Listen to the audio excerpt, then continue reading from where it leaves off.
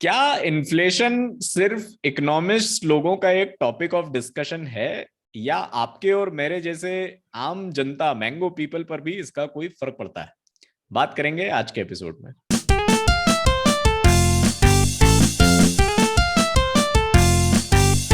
Inflation क्या है, ये टॉपिक मुझसे ज्यादा आपको अच्छे से अभिषेक समझा पाएंगे, इसलिए I will leave it to him.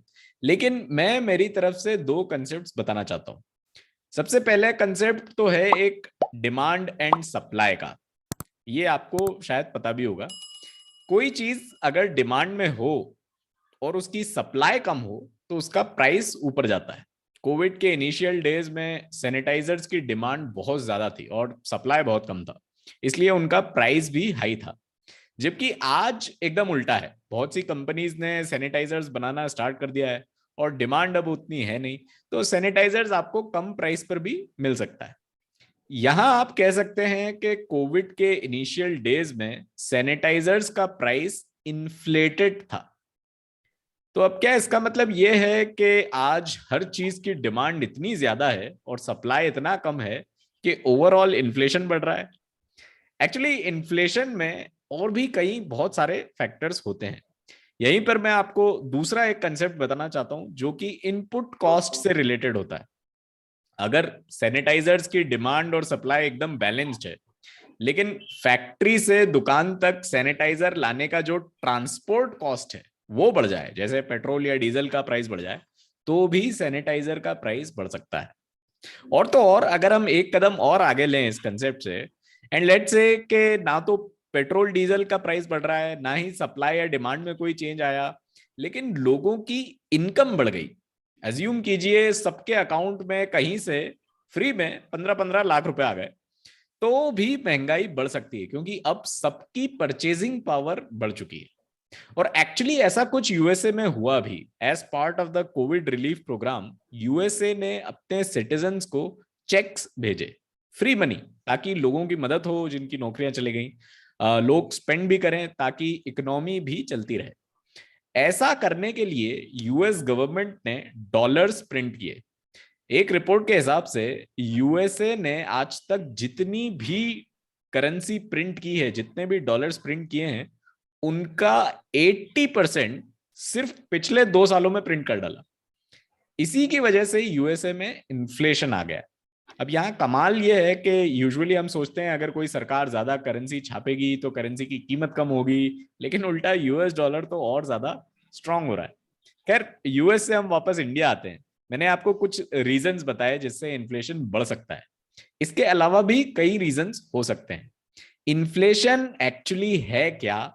हमारे कंटेक्स्ट में, इंडिया में इन्फ्लेशन क्यों बढ़ रहा है, ये बताएंगे अभिषेक। हम बात करें तो इन्फ्लेशन पे बात कर रहे हैं कि शोएब ने भी एक्सप्लेन किया कि इन्फ्लेशन क्यों बढ़ता है। तो उसके पहले कि इन्फ्लेशन होता क्या है। हम सुनते हैं कि महंगाई दर बढ़ गई है, ऐसा 8% हो गई है, 10 सालों में सबसे ज्यादा है। तो ये 8% है क्या? जो ये 8% की जो दर है, ये इन्फ्लेशन रेट है कि ये बेसिकली बताता है कि किस रेट से चीज़ों के दाम बढ़ रहे हैं। सपोज कीजिए कि 1 साल पहले कोई टमाटर था, 1 किलो टमाटर आपको 10 रुपये मिलता था। आज वो टमाटर आपको 1 किलो टमाटर आपको 15 रुपये में मिल रहा है। यानी प्राइस कितनी बढ़ी है? 50% बढ़ी है। तो अगर हम बोले कि इन्फ्लेशन रेट कितना हुआ, तो वो हुआ 50%।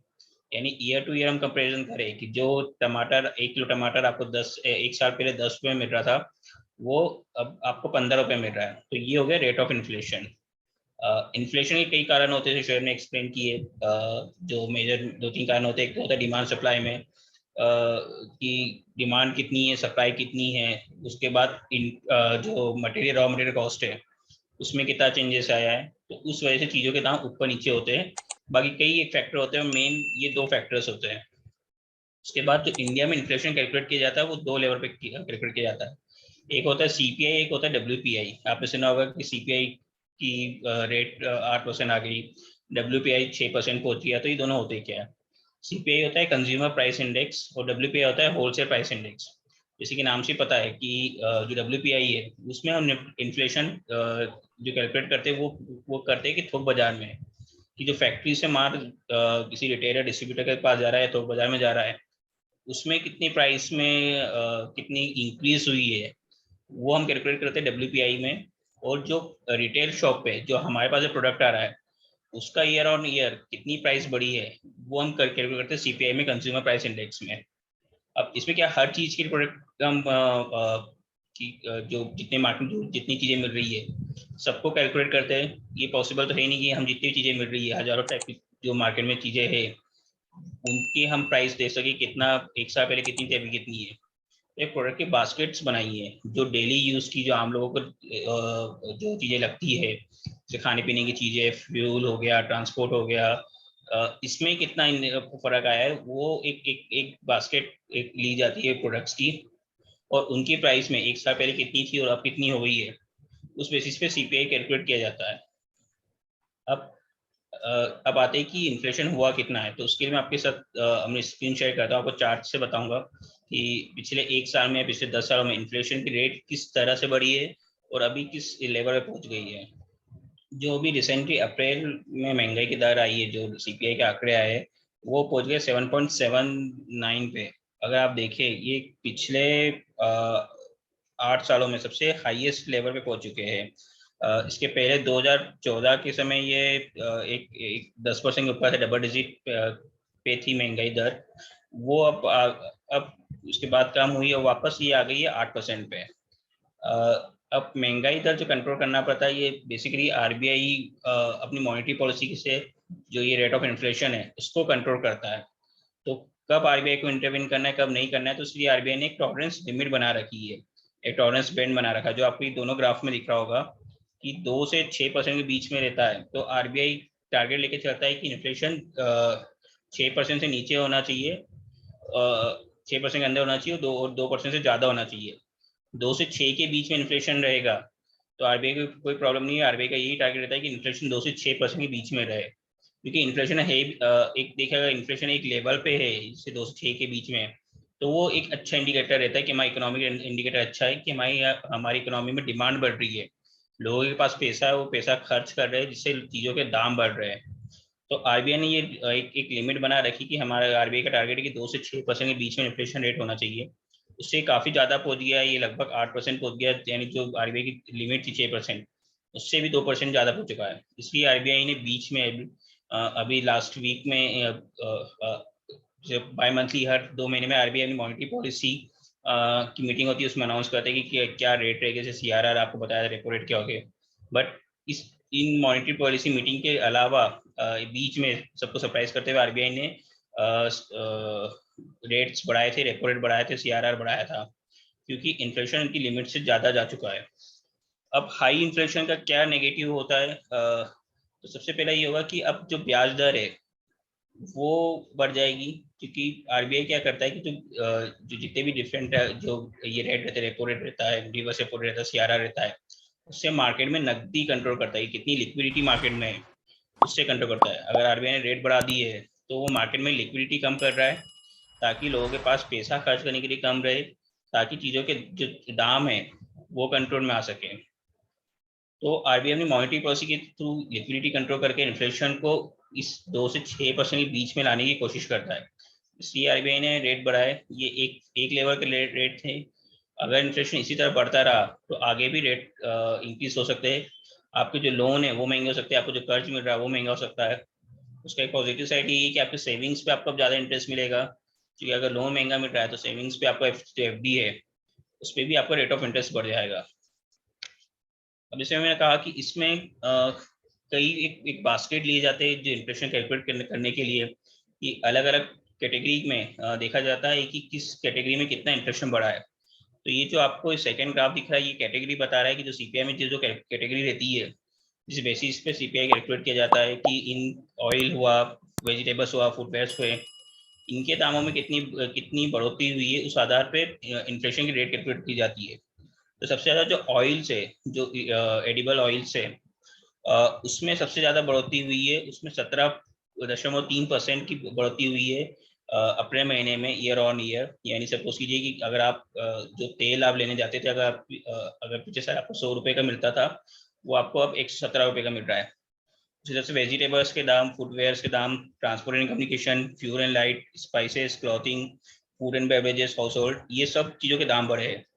अगर आप ये देखें कि जो स्टार्टिंग की जो चीज़ें हैं, ऑयल्स हुआ, वेजिटेबल्स हुआ, फुटवेयर हुआ, ट्रांसपोर्टेशन हुआ, फ्यूल एंड लाइट्स हुआ, ये एक बेसिक नीड की जरूरत है। एक आम आदमी को, एक गरीब आदमी को भी इसकी जरूरत रहती है। तो इनकी चीजें बढ़ना उसकी जेब पे असर पड़ रहा है, तो उसको काफी असर पड़ता है कि अगर 17% अगर खाने के तेल के दाम बढ़ गए, तो एक आम आदमी के लिए उसके मंथली बजट पे इसका काफी असर पड़ता है। दूसरी चीजें होती है जो नॉन इसेंशियल होती है, अगर सपोज कीजिए कि टोबैको या पान मसाला के दाम बढ़े तो इतना फर्क नहीं पड़ेगा। बट अगर खाने के तेल के, वेजिटेबल्स के दाम बढ़ रहे हैं, ट्रांसपोर्टेशन के दाम बढ़ रहे हैं, फ्यूल एंड लाइट्स के दाम बढ़ रहे हैं, तो उससे एक आम आदमी के जीवन पे काफी असर पड़ता है। अब इंडिया में इन्फ्लेशन क्यों आया है? इसमें कई मल्टीपल फैक्टर्स है। पहले तो जिस तरह से इंडिया में पेट्रोलियम प्रोडक्ट्स के भी दाम पिछले 1-2 महीने में बढ़े हैं, उसका एक इंडिकेटर है। जो रशिया यूक्रेन का वॉर चल रहा है, लगभग 80 दिन होने आए इस युद्ध को, उसकी वजह से जिस तरह से ग्लोबल कम्युनिटी मार्केट में चीज़ों के दाम बढ़े हैं, उसका असर है। शोएब ने सब इंट्रोडक्शन में कहा था कि यूएसए ने अपने लोगों को हाथ में पैसा दिया था लॉकडाउन के समय, ताकि वो जाए और मार्केट में खर्च कर उनकी इकोनॉमिक बूस्ट मिले। तो यूएस की तरह कई कंट्रीज ने, कई यूरोपियन कंट्रीज ने भी ये स्टिमुलस पैकेजेस लोगों को दिए थे, लोगों के हाथ में पैसा दिया था। तो जिस वजह से क्या हुआ कि ग्लोबल मार्केट में डिमांड बढ़ी है, तो ताकि कई चीज़ों के रॉ मटेरियल प्राइस है वो काफ़ी बढ़ गए हैं।